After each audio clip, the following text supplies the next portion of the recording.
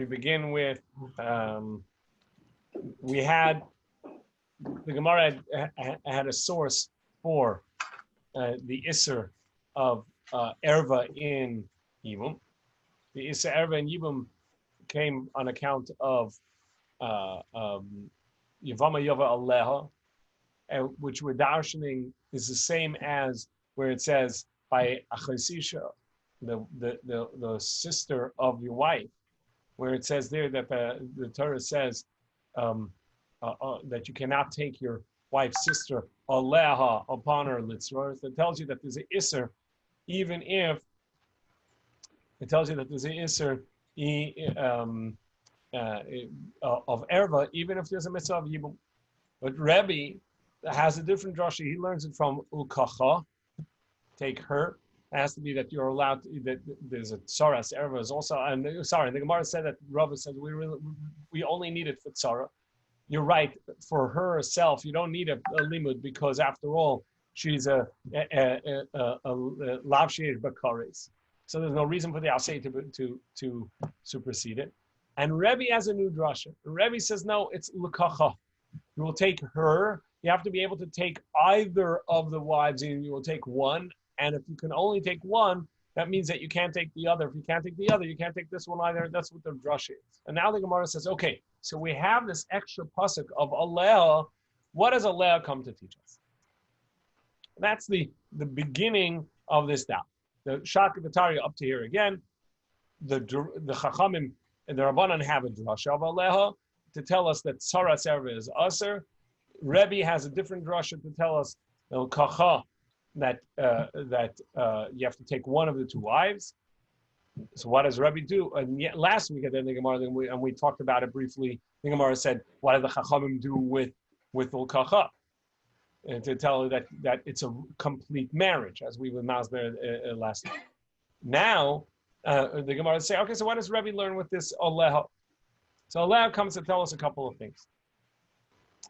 We have the Gemara is going to give a list of karbanos that come for the averus of avodah zarah. There's an individual avodah zarah. There's a communal avodah zarah based on the mistake of that the based in Paskin. There's a kain Mashiach. We have a havamina that there's a separate carbon for Irani Dachas for an entire city that Avodah Zarah v'shegig, and we need to know various ways to know that only for an erva, only for Avodah Zarah that has kares is there a carbon chatas. If there's no kares, there's no chatas. And Rashi says, what cases would there be? A lesser degree of Isser and Avodah Zarah. So we know that Avodah Zarah has two structures. There's the Avodah Zarah where you're doing the Avodah me'ein pnim. The Avodah has to be done in a manner that would be done in the Beis HaMikdash itself. So it has to mimic and be similar to the Beis HaMikdash. And doing something that would not be in the Beis HaMikdash does not count as avodah. Besides for hishtach avodah, bowing for avodah zarah. So we have anything that's similar to avodas pnim, or hishtach avodah. What would be avodas pnim? So Rashi says zibuach, shechting for avodah zarah, nisuch, pouring for avodah zarah, kitur, burning up on the mizbeach for avodah zarah, v'hishtach avodah, and bowing. So these are a list of things that would count as a kares, because that they are a primary avodah in avodah zarah. However, another form of adjuration to avodah zarah would not be kares. Avol mechabek u'menashek lo, and mechabek u'menashek not, and that's what we're coming. Somebody send Aki the link. He's waiting for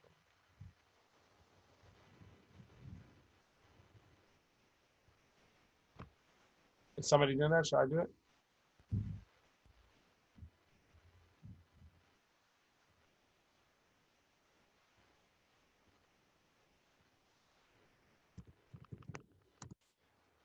Okay. So, so we have these two concepts in Avodah Zarah.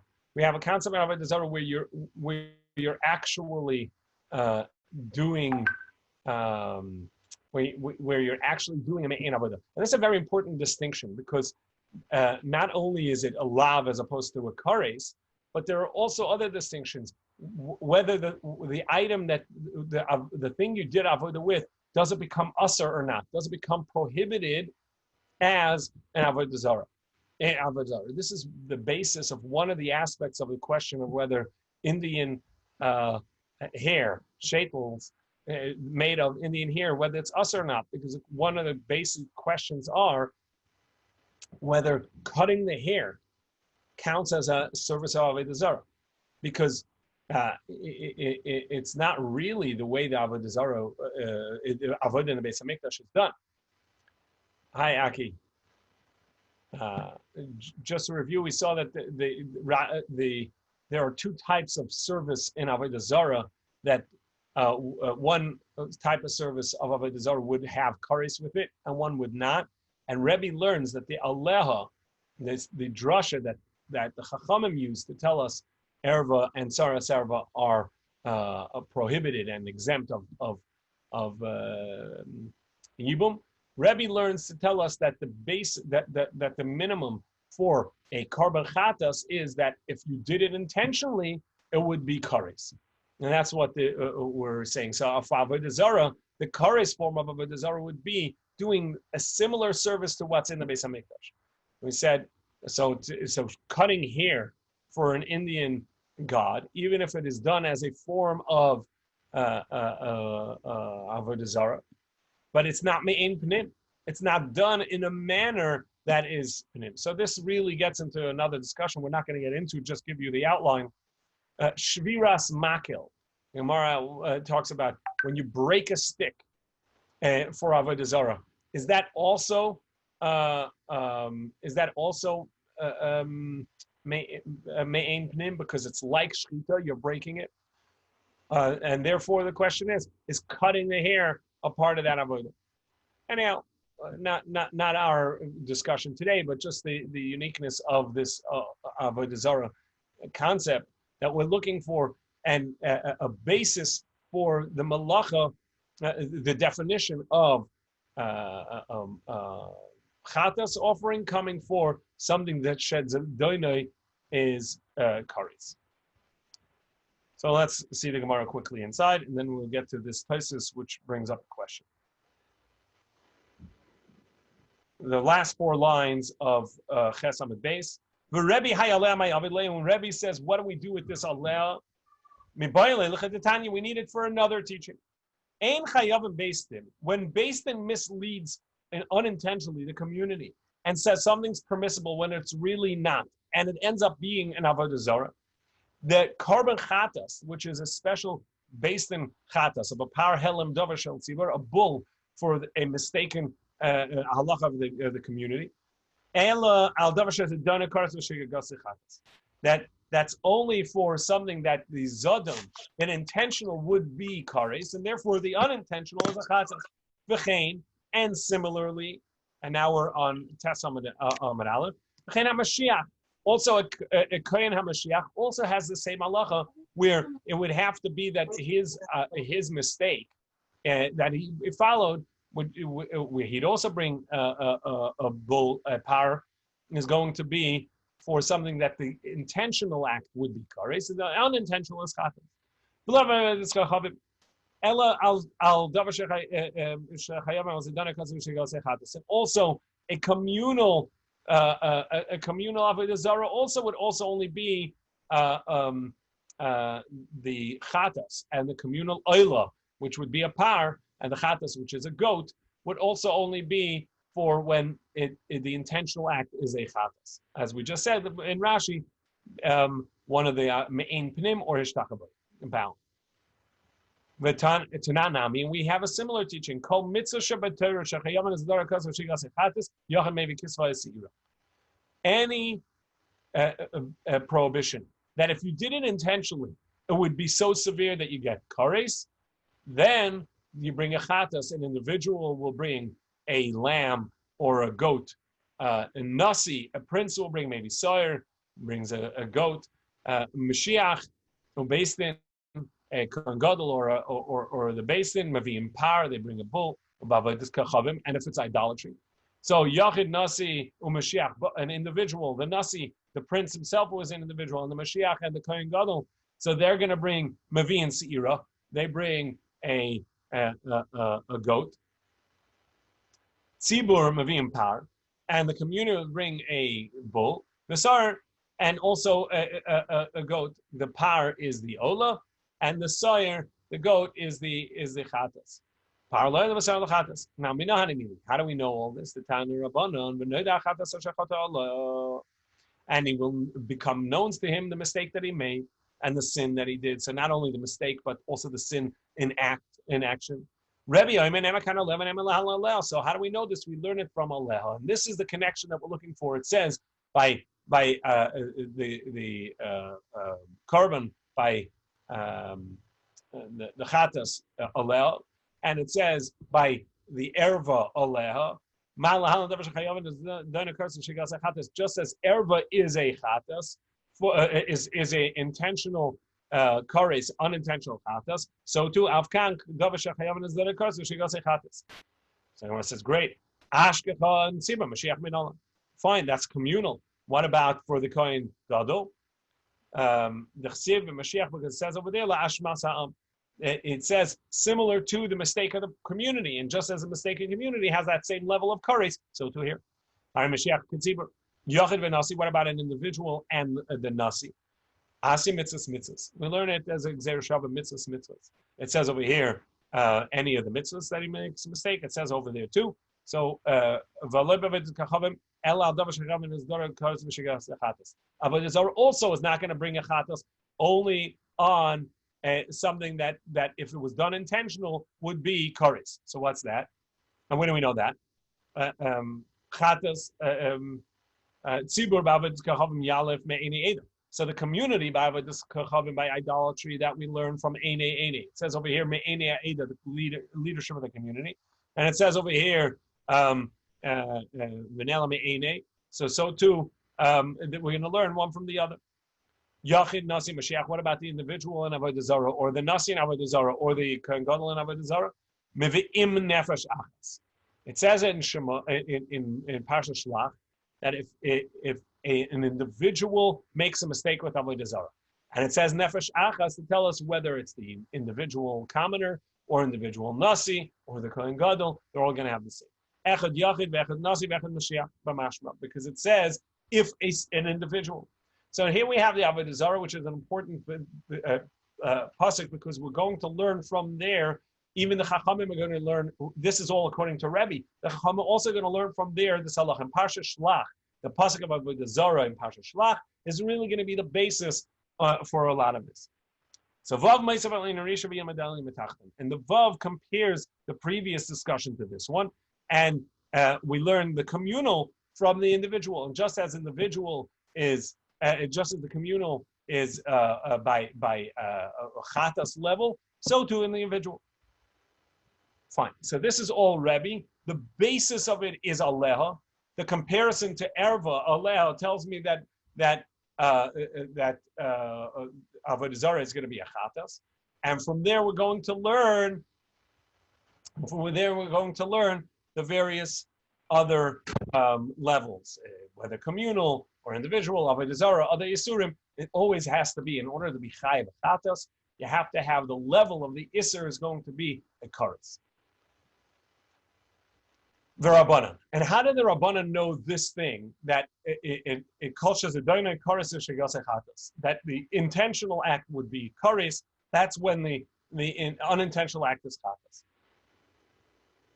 Nafkalu medemakri le Rabbi Yehoshua lebrei. Rabbi Yehoshua taught his son Torah achasi alachem lo isa b'shgaga. There in Parsha Shlach it says there will be one teaching for all of you that do b'shgaga, that you do something unintentional, you have to bring a chatas. And there it says, and if somebody does it intentionally, is going to have kares. It's all compared because it says Torah Achas. It tells you all of the mitzvahs compared to Avodah Zarah, and just like over there, it says that the intentional, because it says if you did it b'yad ramah, meaning intentionally, you did so blatantly, that is chatas, that is kares. That's what we have chatas. So here, Tosfos asks a question: how does the Gemara know this? How does the Gemara know that it's talking about chatas? It's talking about kares. After all, by Avodah Zarah, there's also, if there are witnesses, there's also Misa. So maybe in order to bring a Chatas, you need something that also is a capital crime and based it. That's the Tosfos in the Ramas of Rabbanim. Tosfos says, right,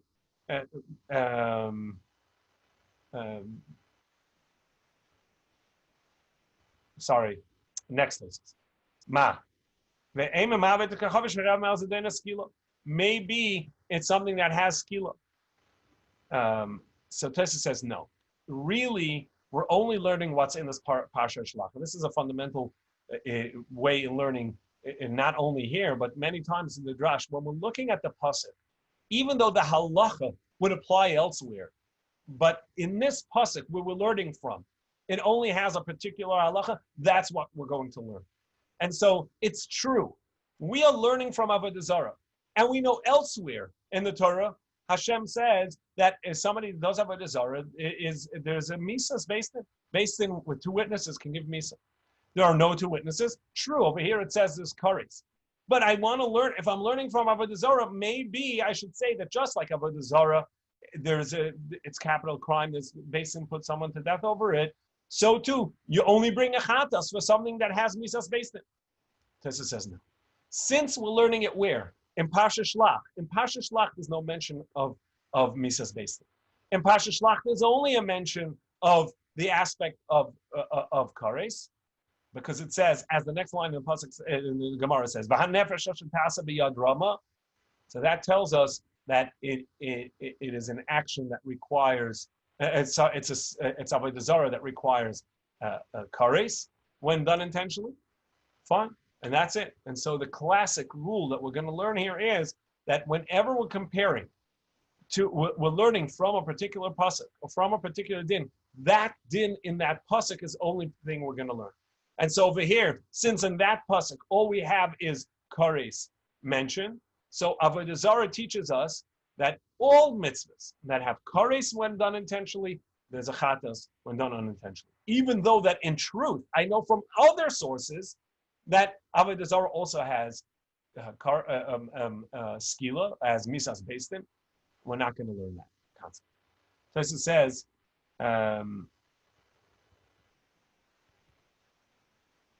we have a proof of this. Because we see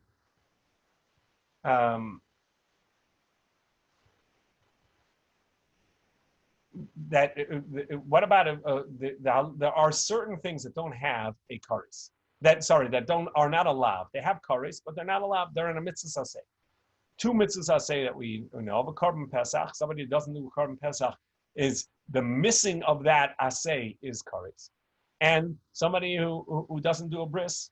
It's somebody who didn't have a bris as a child and grows up and doesn't have a bris done to them for themselves is a kares. So we don't learn that it's a lav, it's a negative prohibition. Because in this parsha, it doesn't say a lav. It doesn't say don't do avodah zarah. It says if somebody does it, right? Since it's not a lav, so therefore even the kares of Pesach and Mila would require, because even though it's an asay, even though it's a positive commandment, nevertheless, it would require ichatas. And that's why, so Tosfos says, what about in Makos, where the Gemara does say Pesach and Mila are exempt of ichatas on account of that they're not like avodah zarah, because they're positive commandments. So, why didn't the Gemara say that by avodah zarah is a negative command? We learned it from avodah zarah. The Gemara doesn't say that. So we see that you can't say that we didn't learn it from avodah zarah, because over here the Torah doesn't say allow. And then there's many questions that the Achronim ask on this. One question that's important to underscore is that we're learning it, according to Rebbe, we're learning it from Aleha. Well, what about according to Rebbe? According to Rebbe, would it also apply to a non-action, or does it require action? And because it's a matter of how you define the Isser Erva. Do we define both parties as active or not? And that's a lengthy discussion, not for now, but the concept that we have over here is, do you need an action? Do you need a maaseh that something was done? Because we're learning from Avodah Zarah, or not? And so according to Rebbe, what's the drasha going to be? That's Tosfos over here. Tosfos asks. We see elsewhere Rebbe says that there is there's similar to Avodah Zarah as Parak Ol, somebody who is Mefer Bris, somebody who's Megala Panamateresh L'Kalacha, various other forms of negative actions, which would be a kares. But the question is, would there be a chatas? Because the question is, do you need a maaseh? Do you need an action? And how do you if you learn from erva, how do you define are both parties to an erva also an action or not? So essentially, what we have here is that we're learning it l'maisa la'alacha. We're learning it by Parsha Shlach, by Avodah Zarah and Shlach, and by Avodah Zarah there is, even though that in elsewhere in Avodah Zarah we see that it has to be a negative command. There is a lo saseh, and by elsewhere in Avodah Zarah we see that there's misa. But since we're learning Torah Achas and Shlach, it only applies to these things that we see in Shalach itself. And that's a fundamental way of understanding whenever we have drushes, how the place of the drasha, the pasuk where that drasha comes from, are the halachas that we're going to. Okay, so that's the first part I wanted to focus on. The Gemara then goes through the limud a little bit more in learning each aspect of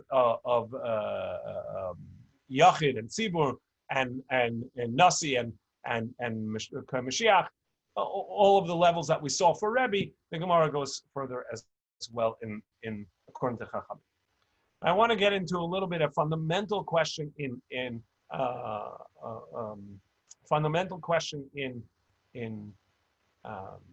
Yibum, because here we're going to be introduced to Rabbi Akiva for the first time in the Isser Lav of Erva, Isser Lav for Yibum.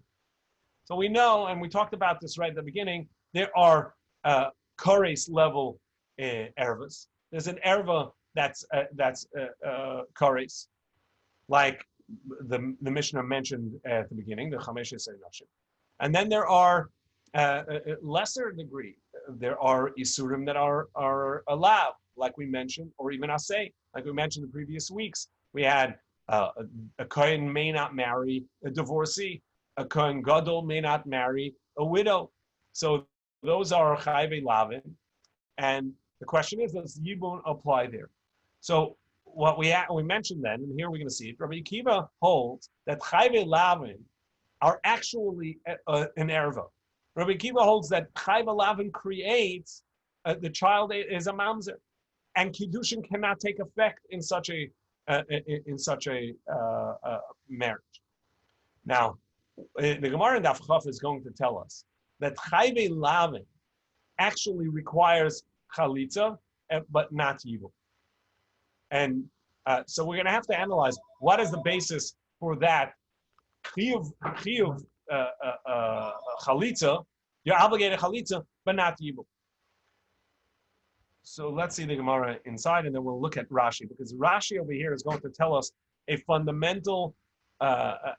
Trying to analyze Rashi will tell us fundamental dinim in how Yibum works.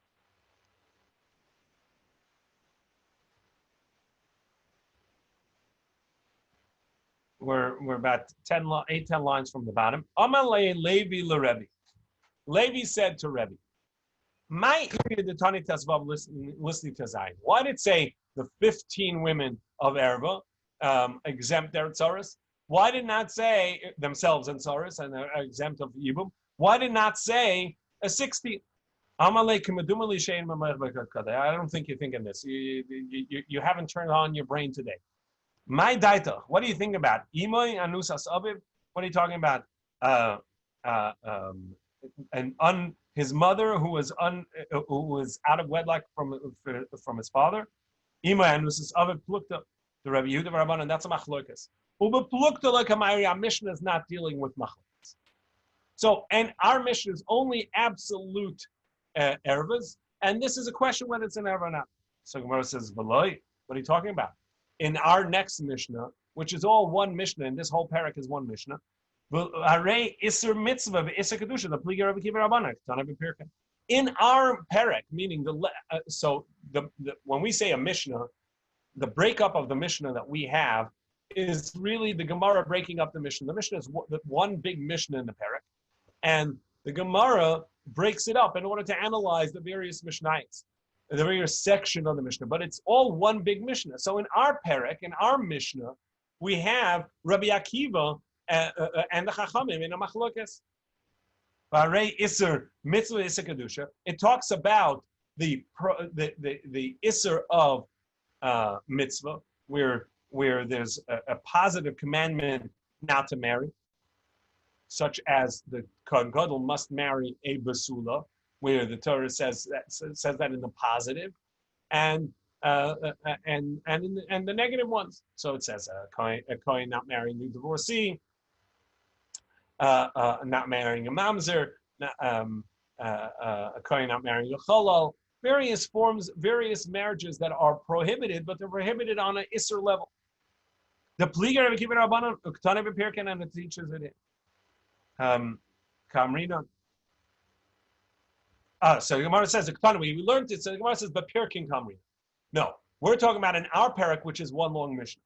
But it's true, of course you have it in Daf Chaf, later you'll have it, but in our parak, there's no machlokes. To which the Gemara is going to go and wait. What are you talking about? Which is a machlokes. The whole basis of our Mishnah is a machlokes. So let's get to unpacking Rabbi Akiva, Isser Erva, and to this, Rashi points us to Daf Chav. If we go to Daf Chav, we have the Mishnah which says Klal Amr Yevamot. We said a general rule in Yevamot. Kalshi Isser Erva Lechaletzes B'Lei Misabemes. Anything that is an erva level prohibition, no yibum, no chalitza.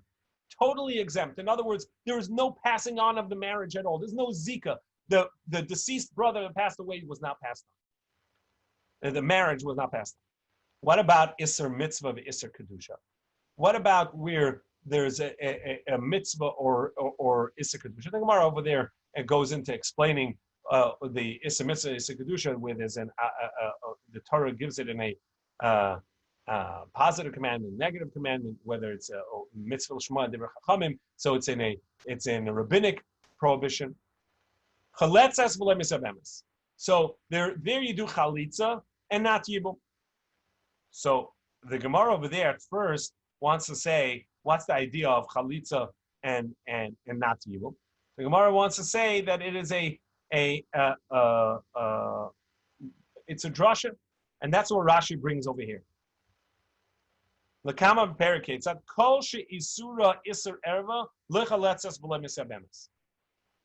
Anything that's iser, anything that there's an iser, there's no chalitza yim. What about iser mitzvah? So that's shnios, that's the rabbanan, and iser kedusha is a lab where either a mamzeres or nasina, there you do chalitza and not yibum. And Rashi over here seems to contradict the Gemara over there, because the Gemara over there at first says that it's a deoraisa, and then the Gemara says no, really there should be yibum as well. There should be yibum as well, and the reason we don't have yibum is because maybe you're going to continue to maintain that marriage. And as we talked at the end of last week, that really once the mitzvah is done, the Isser should should come back into place. And there we said, no, the Isser does not come back into place because the structure of the mitzvah is that Isser, you took over the marriage, and so there is no Isser Erva. But over here, where the Isser Lav, the prohibition remains, so then you can't maintain that marriage. So it's true, Yibum is done, the mitzvah is over, and now you have to divorce that woman. And therefore, since that's the case, and a person may not be able to maintain and do that, therefore, the Gemara says the Chachamim made an Isser, you're not allowed to do Yibum. Which means that really, Mid'oraisa, you need Yibum. But Rashi doesn't say that. Rashi says that no, Mid'oraisa, we're at this place that there's Chalitza, but not Yibum.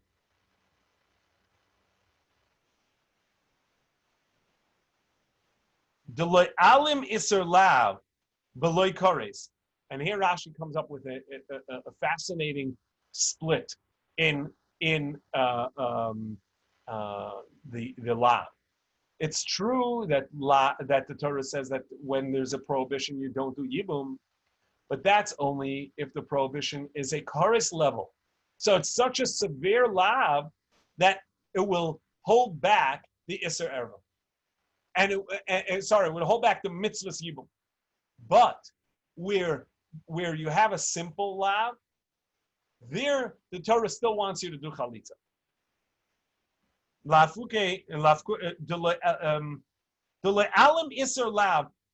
prohibition, the lav prohibition is not strong enough below kores. If it doesn't have kores, yibum legamri, to completely remove yibum. So here we have a fascinating thing. We have to understand what's Rashi saying. Why would if the Torah prohibits this marriage, why would the Torah say that the kedushin passes over enough that you need chalitza, but you can't do yibum? And if it's a severe prohibition, then it doesn't. Then none of it goes over. So here it takes us back to our original understanding of what is the structure, the fundamental structure of how yibum works. Yibum is the marriage from the deceased brother goes over to the surviving brother. By the way, I forgot to check in and see, like, is the question on Rashi make sense? Do you see what Rashi's saying? Rashi, I'm getting blank stares. I repeat what Rashi's saying. Can you repeat the Gemara that that we're saying differently than what Rashi's saying? Sure. The Gemara in Daf Chav actually at first offers that mid'oraisa you don't do yibum, only chalitza, and then the Gemara in Daf Chav says no, really you should do a complete yibum as well. However, since you're not allowed to maintain her as a wife, because let's say it's a mamzer, okay, or let's say it is softer. The brother is a kohen and the wife is a chalola. The original brother should not have married her, but he did. And now there's a yibum to be done. It's a Torah prohibition. There's a simple lav, no kares, just a simple lav. The Gemara says yibum should be done. However, once the yibum is done, the mitzvah is gone, so you can't maintain that wife because she's still a halala, and you're still a kohen, and a kohen may not be married to a halala, so he has to divorce her the next day. Therefore, Chazal said, don't do yibum, because if you do yibum, you're not going to divorce her the next day, and you're going to get into trouble of a lav. So therefore, don't do yibum, only do chalitza. Rashi, however, says no. Rashi says fundamentally there is no yibum. That's what Rashi says here.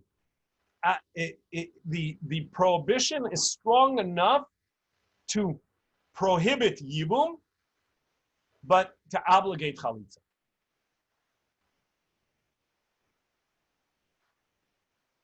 You see that? Can we go one step back? Why is Asay not Docha also say She'im Bo Kares?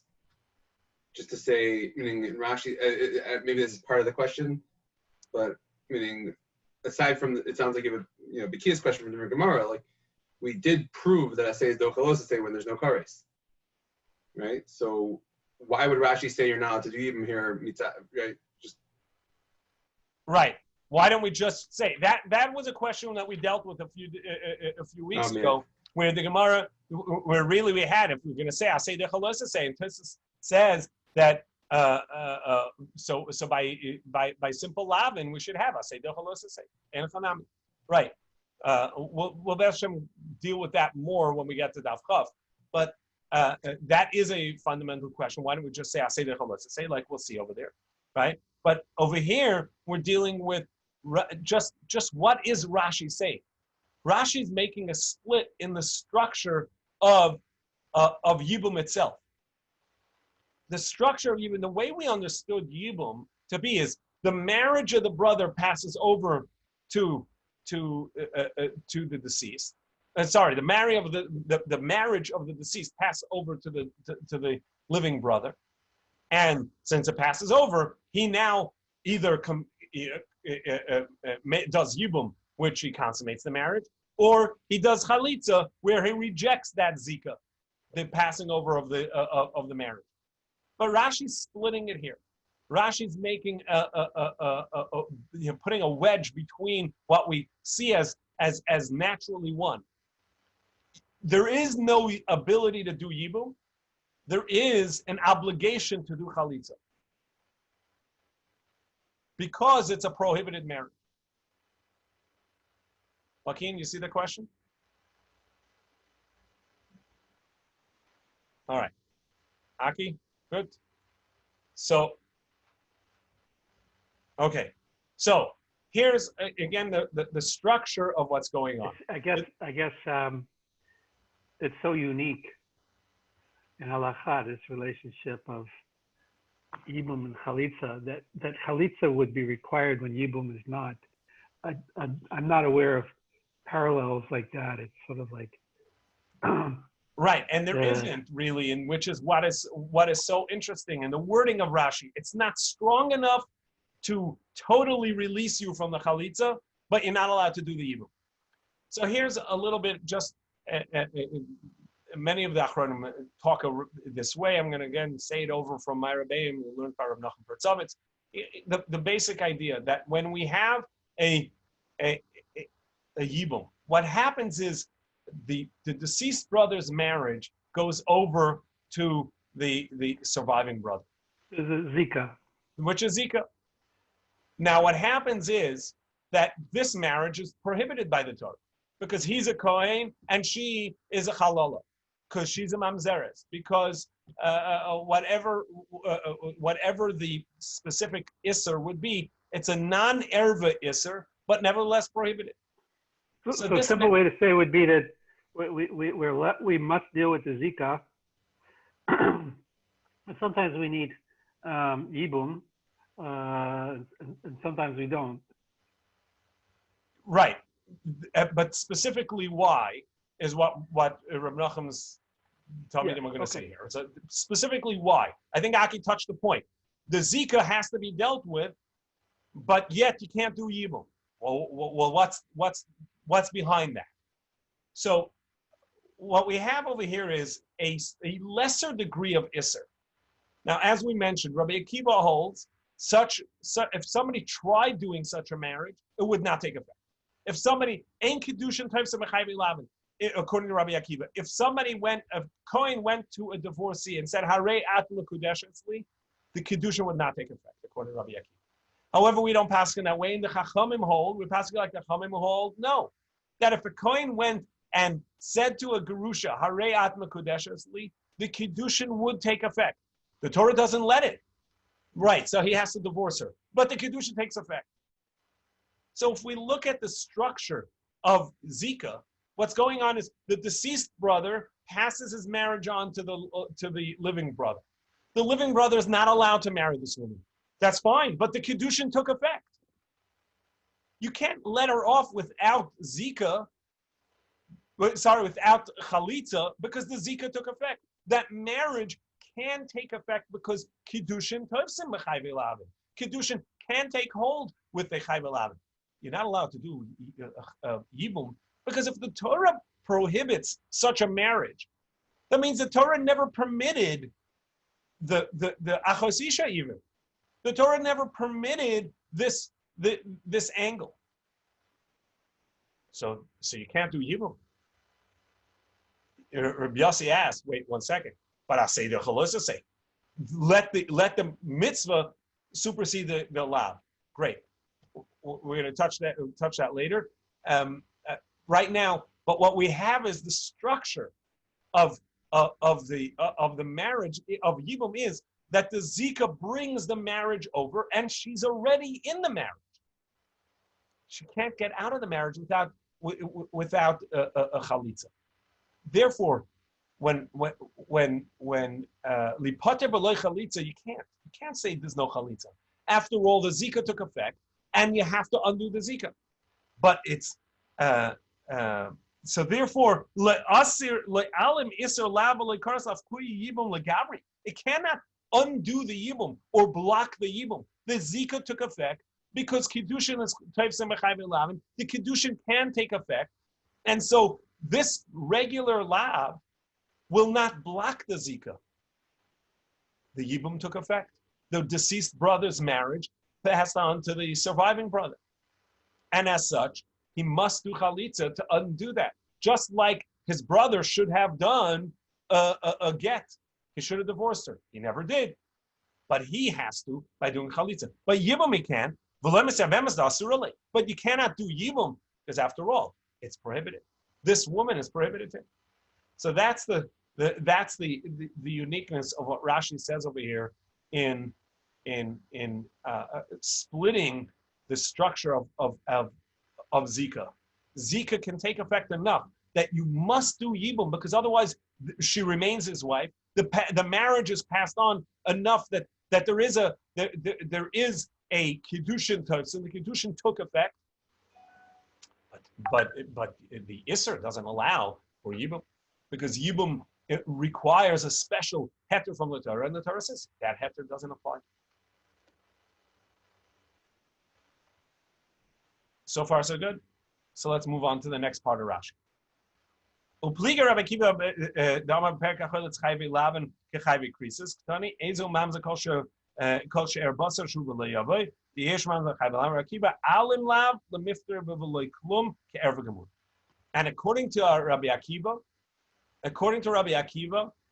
the lav is strong enough to exempt her entirely. Now, according to this previous teaching, we understand this is the way the Chaim Ozer and others say. What we see is that according to Rabbi Kiva, that ein kiddushin tov semachai v'lavin. According to Rabbi Kiva, the kiddushin does not take effect by a chai v'lavin. So therefore, we understand that since, according to him, when the deceased brother passes on this prohibited marriage, even though it's a simple lav, but it cannot take effect. And so she doesn't need zika, she doesn't need chalitza because the marriage never took hold. It's strong enough to block any bit of this marriage. That's that, like a regular erva, that's the way they say. Now they have many questions in the wording, but I want to get to Rashi choosing to say that it seems like Rashi's choosing to say that it's a deoraisa that this kedushin doesn't work. It's a deoraisa that you cannot do chalitza. It's a deoraisa that you need yibum, you need chalitza, not yibum. However, as we said, the Gemara seems not to go that way. However, Rashi in Daf Pei, and this is what the Mefarshim say, that Rashi holds that that Gemara in Daf Chav, which says that the chalitza is really you should do yibum as well, and just that there was a mistake, that we're afraid of a mistake, that doesn't work with the Gemara in Daf Pei. And in Daf Pei, Rashi says that there would be a proper there is no chalitza, there is no yibum for a chai v'lav midoraisa.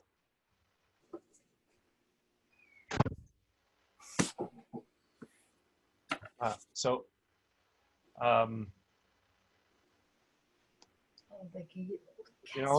can't do we're running out of time. We won't be able to do the Gemara and Daf Pei inside. So the question the Mefarshim ask is, so this many of them are going to say, and it seems that Rashi holds that there's a machlokes asuyos. Rashi holds that the Gemara and Daf Kaf and the Gemara and Daf Pei are contradictory, and that the Gemara and Daf Kaf, one Amora held that when the Mishnah said chaletzes v'lemesabemes, that chayv elaven does chalitza na'ibum, it's a derabanan. Mida oraisa, really there's yibum, and as a general rule, as we said, if there's chalitza, kol sha'ola liyibum, chalitza ola liyibum. They go hand in hand. If there's an obligation in chalitza, there's an obligation in yibum, and if there's no obligation in yibum, there's no obligation in chalitza, because the structure is the same. They come to the mitzvah of yibum is what chalitza is coming to block. And Rashi holds from the Gemara and Daf Kaf, and that's the way he seems to be learning over here, that it is fundamental to the lav, that the lav, since kiddushin takes effect, you need chalitza, but since you're not allowed to do the yibum, there is no yibum. And therefore they learn that this Rashi goes with Rashi in Daf Pei and is not in concurrence with the Gemara in Daf Chaf. Even though Rashi brings the Gemara in Daf Chaf, Rashi is only bringing that Mishnah to tell us the concept, but the pshat of the Gemara there is not what Rashi is going with. Joaquin, you look at me like I fell off the moon. That good? You're looking like I. You don't like how I'm looking? No, I'm just wondering if you have a question or if I need to repeat this. No. You're good. Okay. Yeah. So, I'm trying to rush to get as much as I can in here in this short here.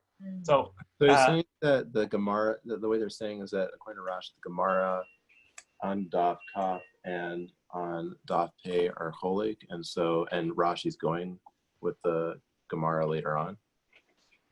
The simple, the pashut, I think the pashut way of reading the Rashi is going to be to say that Rashi's going with Daf Pei, the way he learns in Daf Pei, that really when the Mishnah says in Daf Kaf, you do not do yibum, you do chalitza. That's not a rabbinic, that's not a derabanan split. That's a da'oraisa split. And as we just explained, because the zika means that the kiddushin from the deceased brother, from the nifter, goes over to the living brother, and kiddushin is types, chayv elaven types in kiddushin. Kiddushin can take effect by a simple lav, and therefore the zika takes effect, and you can't let her out without zika. But you also can't do yibum because the Torah doesn't allow it. And if the Torah doesn't allow it, there is no mitzvah.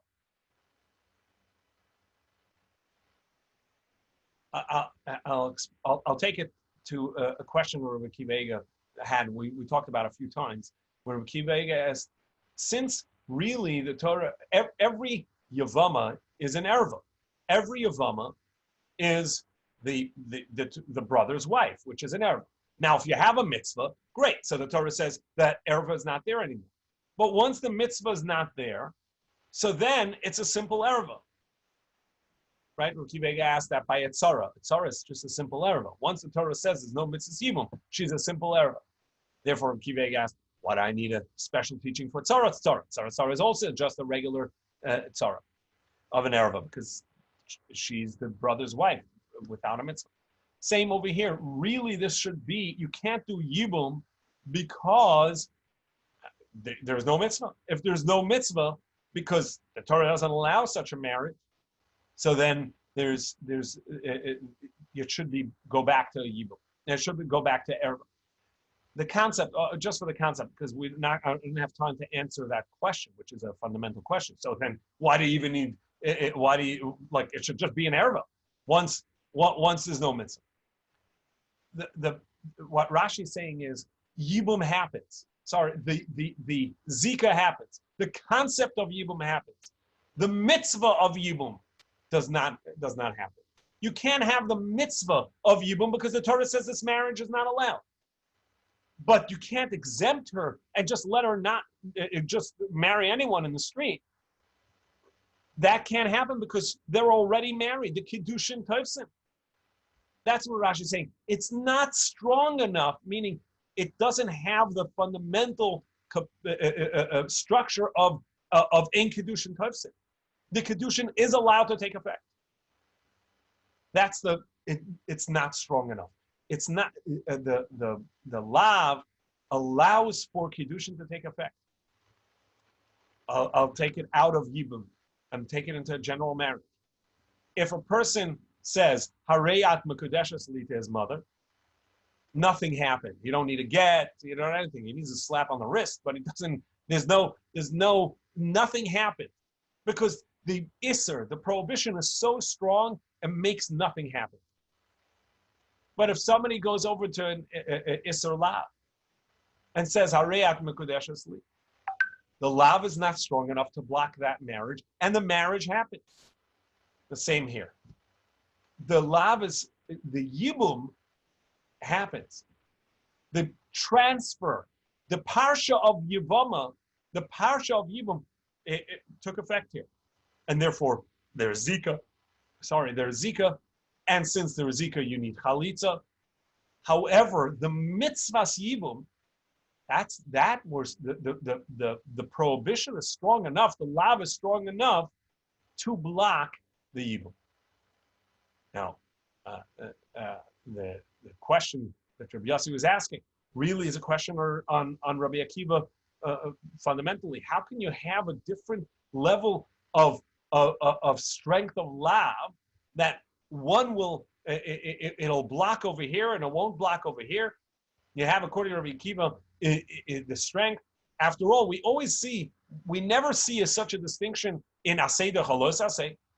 Asay dechalos asay. Every asay is docha, any los asay. That's the general rule, and we don't say, well, no, this is a really strong los asay. So what's the distinction here? What's the fundamental difference? This is it. Whether kiddushin is tovsim or not. It's not the strength of the lav. It's the efficacy of the lav. It's the strength of whether the lav can block the effectiveness of the action. If the kiddushin can still take effect, and that's what the chachamim hold, so then the lav was not strong enough to block the entire mitzvah, the entire structure. So she needs zika, she needs a chalitza. According to Rabbi Akiva, there is no chalitza not because the lav is stronger. The lav is more effective. That's what I mean. The lav is effective enough that it blocks the marriage from taking effect. And that's fundamental, and therefore Rashi is saying over here, the oraisa.